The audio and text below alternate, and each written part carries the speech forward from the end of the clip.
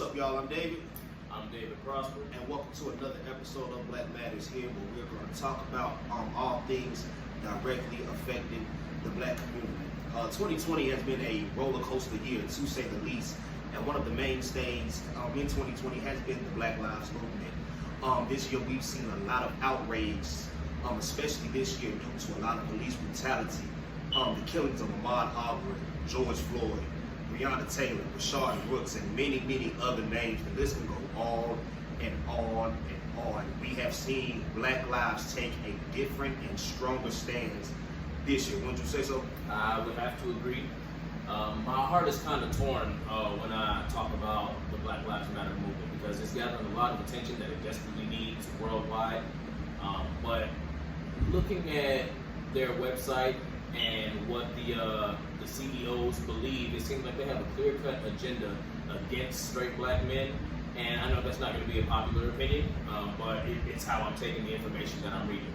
You know, they use a lot of colorful and fancy words that I feel like most people probably don't read too much into, but there are some issues that we have as a black community that they're addressing, that they want to throw more kinks into those systems, or they kind of want to throw wrenches into the plan, so to speak. So I'm on blacklivesmatter.com, their homepage. Go to About. Everybody has their About Me section, or whatever. So under About, they have what we believe, and I'm not going to bore you guys with all of the specific details, but they hit on a lot of points that have a lot of credibility, which is why this opinion is going to be unpopular.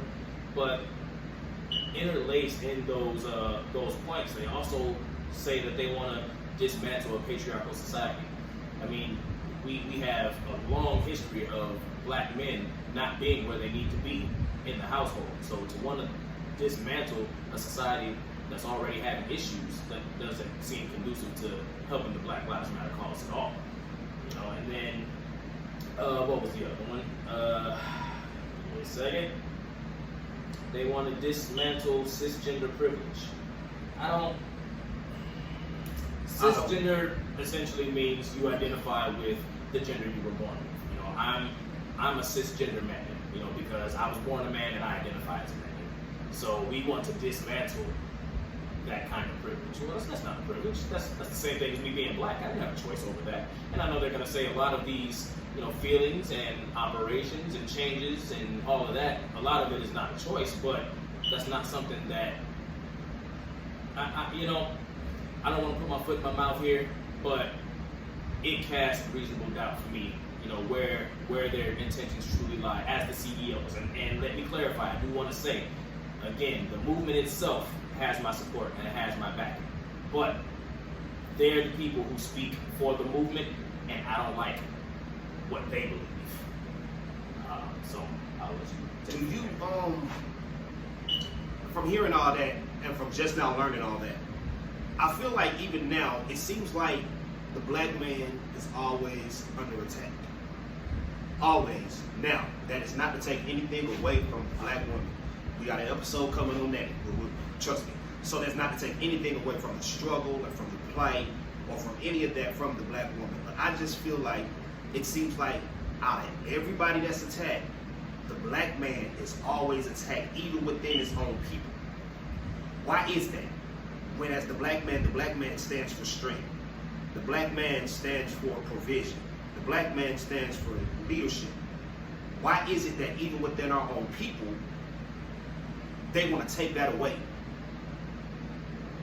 That's a good question. And I do want to echo, my brother here, when we're talking about the struggles of black men, and I don't even want to say that we're attacking more than black women, but when we're talking about the struggles of black men, this is not a platform for, black women too, or black trans too, or that's not what we're here for. We're tackling an issue at a time. Right, one at a time. That's not to say that your opinions aren't welcome. We encourage interaction. We want, we don't know everything. We're just giving our opinions. Right. But this isn't a platform for bashing or anything like that. We're specifically giving our opinions and looking for constructive feedback. So, yes, within our own community, we're attacked. I have a lot of, I don't want to say radical, but a lot of independent views. You know, I read a lot. I read a whole lot because I don't trust information that I get from anywhere if I didn't find it myself. And that may be me being hard-headed, that may be me being arrogant or whatever it is, but unless I can put my hands on the information or source it myself, I'm gonna look at it with a grain of salt because, you know, you can't trust anybody. You know, anything that's systematic or has government backing for me has lost all credibility. You know, they've proven that they don't really give a damn about us. So if you're not willing to open a book and, you know, take the leg journey to go to the library, if you don't have a car or whatever, you know, do whatever you need to do to get you some knowledge and figure out what's going on because nobody's gonna do it for you. And I think that's one of these. This podcast is gonna actually force me to do that because I kind of know enough surface level, and then once I get the surface level knowledge, kind of form my own opinion around that, and I just kind of, you know, go from there. But this is going to be like you just said, constructive criticism. This is going to push me to open up a book and learn more and to dive deeper about what's really going on. You know, learning stuff for myself. That way I can have more information than just what's posted on social media or what's the most popular news article, this and that nature. You know, there's a popular saying, you know, right at the beginning of Jim Crow, you know, when black folks were just being able to learn how to read. If you want to hide something from a black man, put it in a book. That is true. And that holds true today. We don't read. Most of us don't read. And when we do read, you know, we read the fantasy novels, and I'm as guilty as anybody of those because, you know, I like to dive into a good fantasy and forget about all the extra shit that I got to deal with on the day-to-day. But you got to read some tangibles too. You know, you got to read where you came from. You got to read what happened, you know, before all the colonization, you know, throughout the world. You know, you got a whole lot of material. The thing about books is that people spend their entire lives researching certain craft. They want to be the best at it. They want to be the pioneer of, you know, this particular science or this particular math or, you know, whatever. They dedicate their lives to a certain research, and then they record it all and put it in a book. And we look at these books like they're boring or it's a waste of time. Like, man, get out there and learn something. What's next? Protests. So protests were they were hot, trending topic, especially right after George Floyd back in April in Minnesota. Protests were hot, and we seen, you know, the further it went along, the less attention they got. And so about a week ago, I actually had the thought in my mind: are people still protesting? Does Black lives still matter? They do. And people are still out there protesting. What's happening is now it's just not as publicized anymore. It's not getting the attention it once got. And it's crazy how when the attention fell off from the protests was right around the same time all the riots stopped. What's your take on the protests and the riots? Man, it's a little bit of a tangent, but I'm gonna lead back to the point. You know, I watch a lot of alien stuff and, you know, conspiracy theories and all of that. And there was this documentary I watched a while ago, and this guy was talking about the different government agencies that admitted that they had plants, you know, or moles or spies or whatever in the different news medias and, you know, newspaper, news channels, social media. And, you know, they kind of regulate what gets released to the public. So when you have things like, you know, the riots that were overly violent, that were being publicized for the first 30 days, and then all of a sudden it's not a big deal. Well, I mean, look at all the other stuff that's been going on in the media. You know, you got Jada and Will Smith and their entanglements. You know, you got Megan Thee Stallion and Tory Lanez, you know, and their little shootout or beef or whatever. You know, you got a whole bunch of stuff that they know that people are paying attention to kind of, yeah, I know this is still going on, but look over here. You know, that's the way I feel about it, because I've seen too much happening during the important stuff. Like when Kobe Bryant died, I'm not saying that wasn't a big deal, but that was the headline. I mean, if you made it on Microsoft Word, that font would have been at 48. But then right under that, you know, you got China has their first outbreak of COVID-19. And did nobody see that? Nah. You know, and I went and looked, and that's in Philadelphia, that was in New York, that was in California, that was in it was all over the place. They were in all the newspapers, but it was always this big compared to Kobe Bryant, which, again, a big deal. That hurt all of us. Untimely. His daughter went with him. That's unfortunate. It's just the way he received the information is definitely biased. They didn't want anybody worrying about COVID-19 because that's a topic for another time. I got a question I want to ask. I ask you. So, back last summer, when all the people were traveling to the DR, dying because of some real respiratory problems, you think that was like the first wave of COVID? Honestly, probably. I've been saying that Georgia was probably ground zero, given that the CDC is right here. Yeah. And there was a large outbreak of people all over the state. I communicate with people all over the state, down to Savannah and Camden County, Columbus, Augusta, and I live here in Atlanta, and everybody statewide was always posting, oh my God, I feel so sick, and man, I can't go to work for the next 3 days, and man, I've been in the bed for a week. Yeah. And nobody knew what was going on, but everybody was so sick, and then all of a sudden, we see COVID-19 in the news, and they start describing the symptoms, and I was like, bro, right around Christmas time, that was us. Yeah, literally. That was house. Look, I don't get sick. I take care of myself pretty damn good. And when I do get sick, I'm normally over it 2-3 days. Bro, I was out for 9 days. I could not move. I could barely eat. It was hell.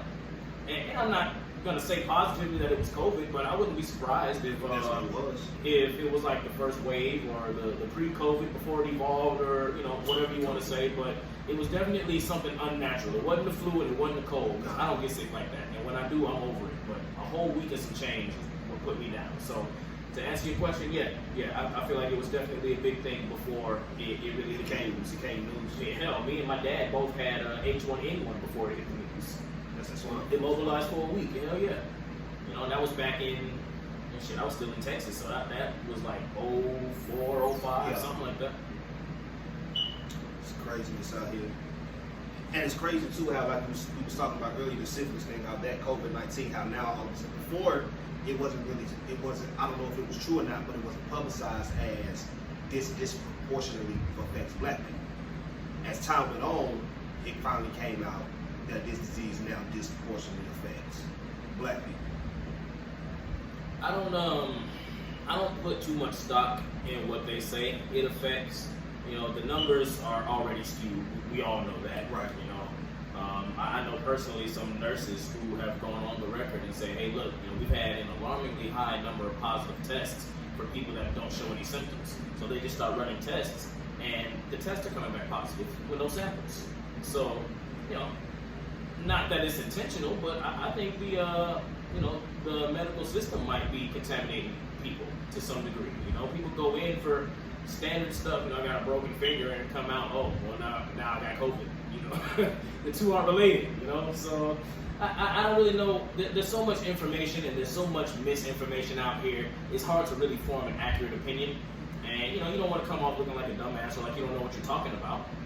So I try to keep my my definite answers to a minimum unless I really know what I'm talking about. And when it comes to COVID, there's too much going on and not enough accurate information for me to really form a solid opinion. So, I say what I say because that's what I believe, and that's the extent of it. I don't claim to have any facts on the subject. Is it harder now? You think? Well, not harder, but becoming a father was a big thing. Becoming a father was a big thing to me. My daughter is 4 now.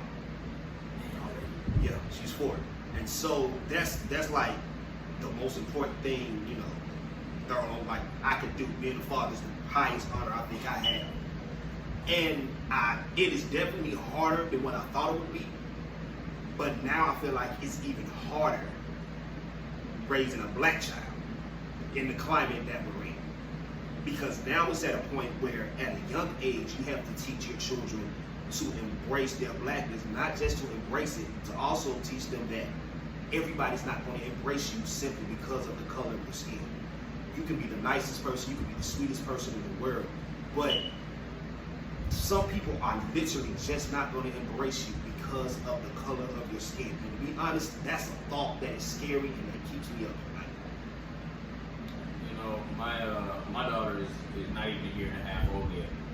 she's the most important thing in the world to me. That's my whole reason for living. And to know that I'm gonna have to teach her to navigate being black, it's a daunting thought, man. Like, why the hell do you have to do that? I shouldn't have to teach you how to survive because you're black. And the question is, how do you teach you? How do you teach a child how to be black? The best like, how do you do that? Like, the best way you can. I mean, shit. My dad had a conversation with me on how to handle the police when I was 8 years old. You know, he told me that your fight is not with them on the street. Your fight is in court. And that prospect, while it did give me a good, a good handle on how to deal with them, you know, what I mean, because we went more in depth than that. You know, we had a long, in-depth conversation, but just that first sentence, you know, your battle is not with them in the street, it's in the court. I was like, well, shit, I don't want to be in court. Right. You know, court system is designed for us to lose. You know, so it's tough. You know, you gotta wear your good face. You know, you can't let your true emotions show. You know, and that's a whole other when it comes to black men. You know, anytime, you know, at least, you know, I was born in 1990. So when I was growing up, you showed emotion, you were weak. You know, if you showed that you were upset, you know, and you wasn't beating somebody's ass, you were weak. You can't cry, you can't pound, you can't have your lips all quivering, you can't be sad. You know, you can't show love. You know, it was, you know, that kind of environment. It puts a lot on somebody when it comes to raising a family. And I don't want to say that, you know, I grew up in an environment without love. I still have both of my biological parents. They love each other to death. My dad is actually a love alchemist, he calls himself. Actually, my mom coined the term. But he speaks about different relationships and help people write their relationships and all of that. And you know, it's great. It's flourishing. They're thriving. They love each other like crazy. You know, so there was love in the family, but you know, he didn't have his dad. You know, so when it came to being a father and knowing what to teach and how to teach it, you know, he had to make it up on the go. And to top that off, he was in the military. So every 6 months, up until I was 16, you know, he's on the water for 6 months. So, you know, I had my dad and I love him dearly. He did the best he could. He did a damn good job. I think I came out pretty good, and so did my sisters. But that being said, there's a lot more to fatherhood that he's told me himself he wishes he could have accomplished. You know, there's a lot more that he still had to learn. And then he was young too. And I know that I don't have all the answers, but I think I'm on a pretty good track to raising my daughter to be self-sufficient. And it's a double-edged sword because you want them to be as prepared as possible, but you don't want to rob them of their childhood. You know, I want her to be a kid as long as possible. I still had a pretty good childhood. I had a lot of fun from what I can remember. But all things considered, I think I did have to grow up a little quick because I was a big ass kid. You know, by the time I was in 6th grade, I was 5'7", 164 pounds. For all intents and purposes, I was a grown ass man. Yeah. You know, so I want her to enjoy her childhood. And I'm gonna do my best to make sure that she does. But she's definitely gonna be prepared to deal with the world. Definitely. Same thing. Like my dad. So we had love in the household. Mom and dad still together, been together 36 years, 36, 37, somewhere around there. And there was always love shown. There was always love shown. But it wasn't, you know, like your Cosby show, come give me a hug, son, stuff like that. You know, it was, hey, you did good, you got food, you know, you got a roof, you got lights, you know, I let you drive my truck, you know, stuff like that. And so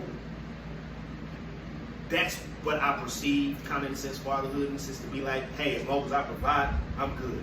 As long as you got a roof, the lights cut on, you got hot food, you're good. But now I'm understanding that there's an emotional tie to it, and I'm not an emotional person. I have two emotions, happy and mad. And I like to stay happy most of the time because nobody likes to stay mad. So I don't know how to process. Now I'm just now learning how to process being sad or being afraid or just and learning how to admit that to myself. Because like I would be sad and I can literally just think about something that make me mad because I don't like the feeling of sad because that makes me weak. That makes me feel like I'm vulnerable and I feel naked and I don't like that.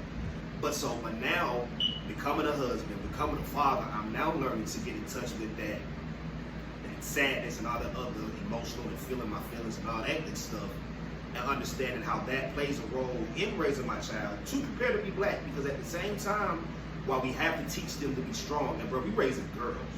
Right. We raising girls. And so, man, shit, I'm about to show y'all my little girl. and so, while we're trying to teach them to be strong and teach them, you know, how to have strength, we're also trying to teach them how it's okay to be vulnerable. And teach them how, well, yes, it is okay to be sad. And yes, daddy is always going to be here to look out for you. And yes, you know, we got your back and whatever. But at the same time, You got this. you got this. You get what I'm saying? Like, That's just look, man, that's my baby.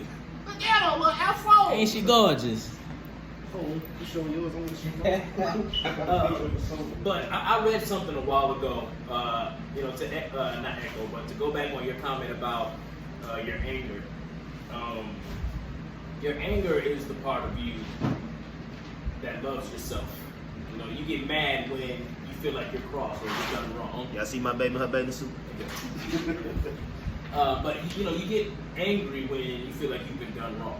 You know, because you know internally what you should and shouldn't stand for. Yeah. So, you know, I'm a weird person. You know, I kind of enjoy my anger a little bit. You know, I'm a Scorpio, and I know a lot of people don't really look too much into the zodiac. You know, but it's a lot deeper than just the 12 zodiacs. Like, there's a lot of stuff that it's not going to tell you who you are, but it can kind of give you some guidelines to understanding who you are.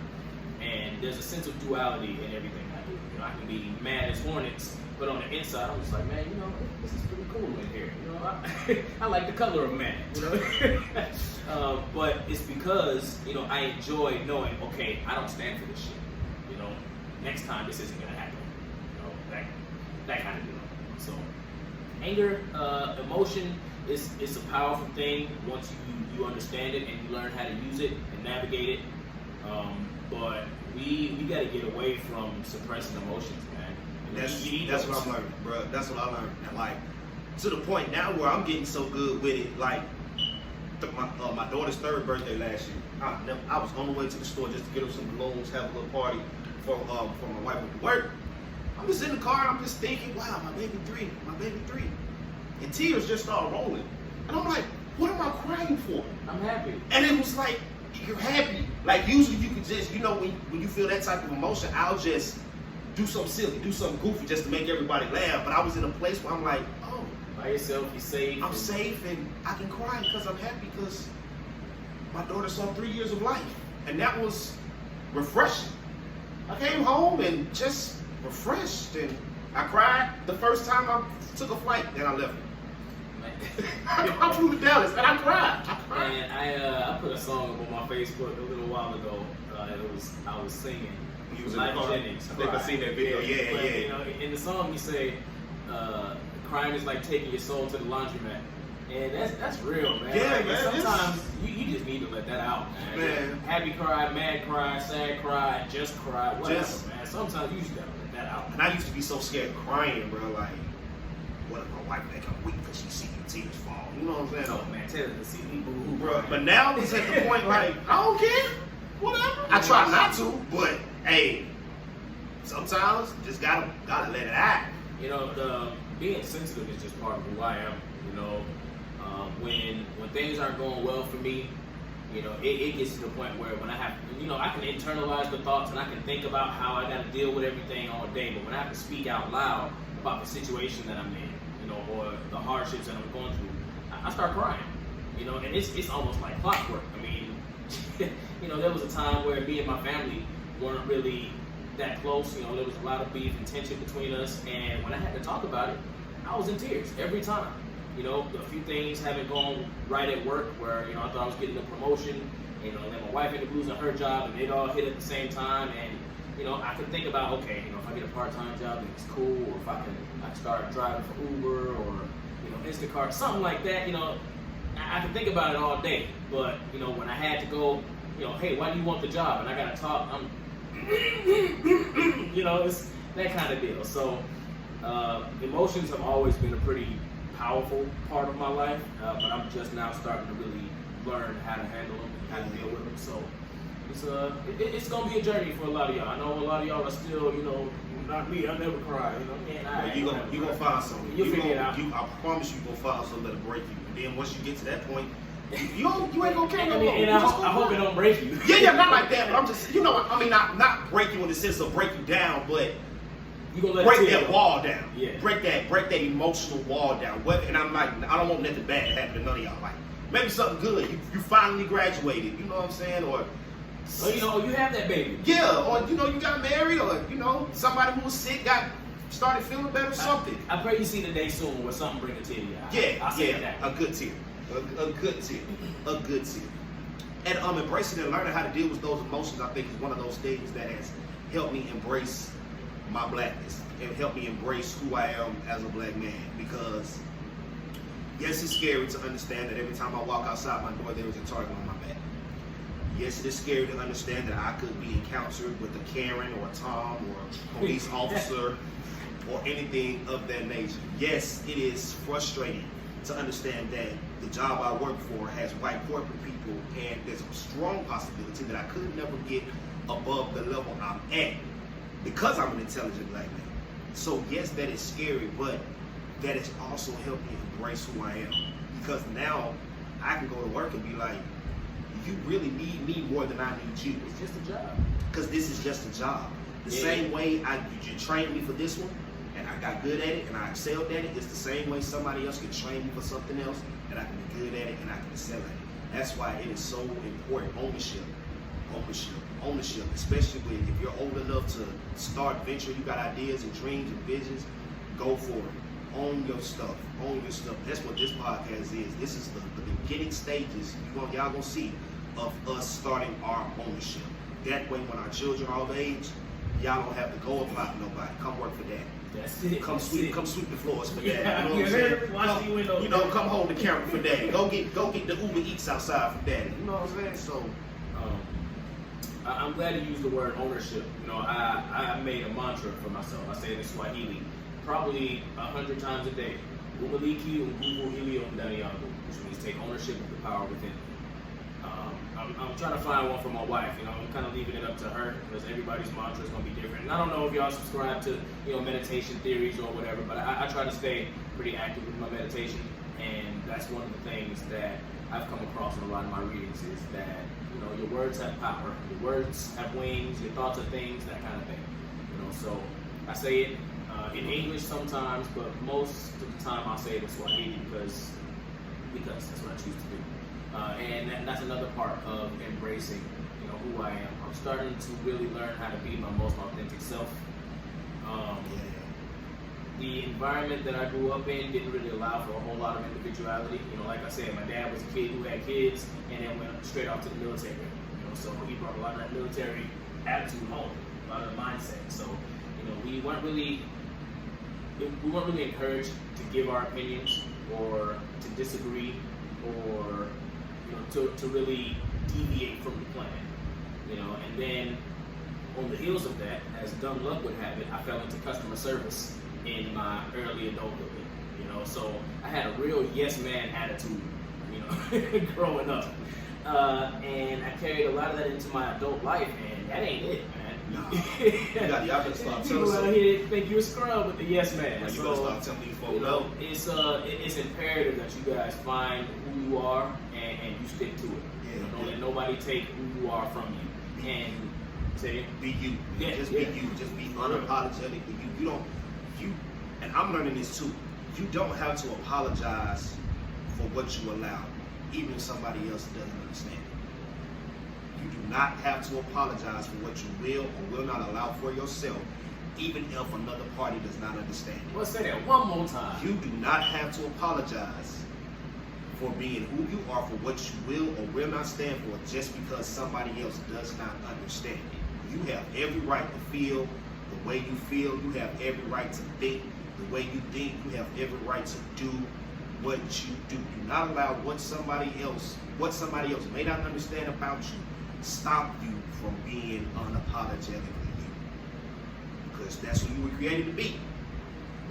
Honestly, with all the likes, dislikes, trusts, and opinions, interests, things like that, it's miraculous that people can even coexist.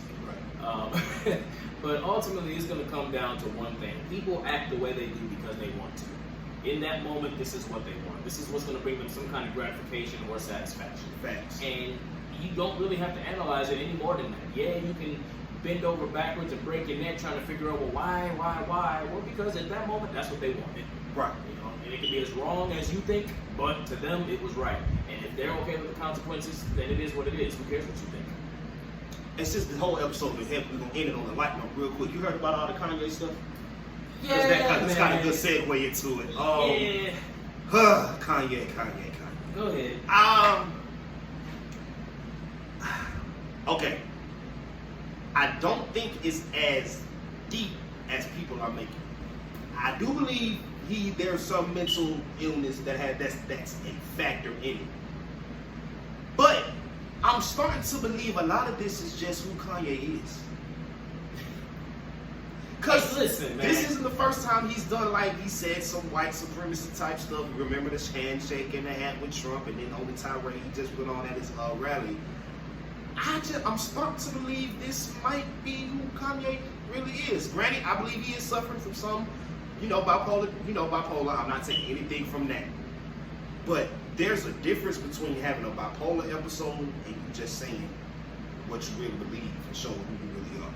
So when it comes to entertainers, musicians in particular, I try to look at their most authentic self. When they're broke and they're struggling and they're hungry to make it in the music world. Listen to the lyrics then. That's when you really find out who they are. Granted, everybody's allowed to evolve and change their opinions and things like that, but they're speaking from the heart. And one of the things that Kanye reiterated was, once he got his money right, he was going to act a damn fool. He did say that. He did say that. And he may have some mental illness on the back of that, but he said himself, once I get my money right, y'all can't tell me nothing. And he's right. He got his money, and he's doing whatever the hell he wants to do. So if he has an unpopular opinion about something, okay, you might not agree with it. You might think it's stupid as hell. You might think he's childish, whatever. That's not your fight. What? All right, so people care entirely too much what other people got going on these days. I have social media. I got Instagram. I got Snapchat. I got Facebook. I don't have Twitter, I don't have TikTok, I don't have this, that, and the third. Those are the only three I got, and that's just because I moved around a lot. I got friends all over the state, country. I don't see them all the time, so I keep in touch with them online. But I'm not posting up pictures of my breakfast, lunch, and dinner. I don't care who's wearing what today. I don't care who said what in the media. I don't care. And again, if that's what you want to do, that's what you want to do, and more power to you. But it seems like it's a lot more stress and a lot more grief than people need to be worried about what other people are doing all the time. Kanye don't give a damn about you. He got your money. He got your money. He got your money. I wish him all the best. I don't wish no ill will toward nobody unless they done me wrong. But I hope he gets better. Yeah, that's yeah. All right. So at the end of every episode, we're gonna shout out a couple black businesses, maybe from friends we know, maybe just random ones we found on Facebook that we see are doing good numbers. This black business is a personal friend of mine, Jasmine Sosa from Sosa Superior Cleaning Services, Superior Cleaning and Contracting.